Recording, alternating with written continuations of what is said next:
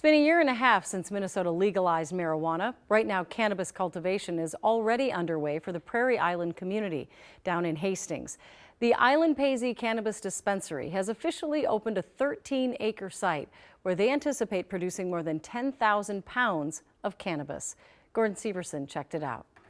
We're here in Hastings at a 13-acre cannabis campus to give you an inside look at the growing cannabis industry here in Minnesota. So we're going to head to the veg rooms where all of life begins. A circle of life that starts here in the cultivation room. For the veg, you see 5 racks here. Every rack is filled with small starter plants that after 10 days are transplanted into 1-gallon pots. Pouches are actually pretty cool. They're all made from recycled plastic. Yadel Mulugeta is a transplant himself. After spending years working in the cannabis industry in Colorado, Just take a clipping here. his wife, a native Minnesotan, convinced him to move here. I said, if you guys legalize cannabis, I'll consider it. He's now the operations manager, in charge of starting the plants and eventually moving them into one of their greenhouses. 8 greenhouses that are in the process of being built, almost completed. Blake Johnson is the president of Prairie Island CBH Inc., which manages the site. Right over there. He says the campus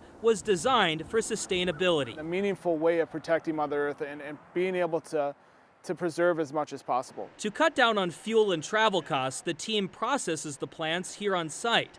They also partnered with North Star Canna to turn the plants into products. Today they are stuffing the pre-rolls. We have multiple hands doing that. Neil Hultgren and his team also make the gummies and other edibles in the same building where the plants are cultivated. We can create a high quality product from seed all the way to the shelf to that final retail product. A full circle facility where even the leftover plants and stems are turned into compost, so the circle can start again. That we are giving back to the land as much as we're taking out, right? We try to preserve as much as possible. And here on this campus, they have plenty of room to grow, plenty of sites that they can add extra buildings so they can grow alongside of this cannabis industry here in Minnesota. Gordon Severson, KARE 11 News.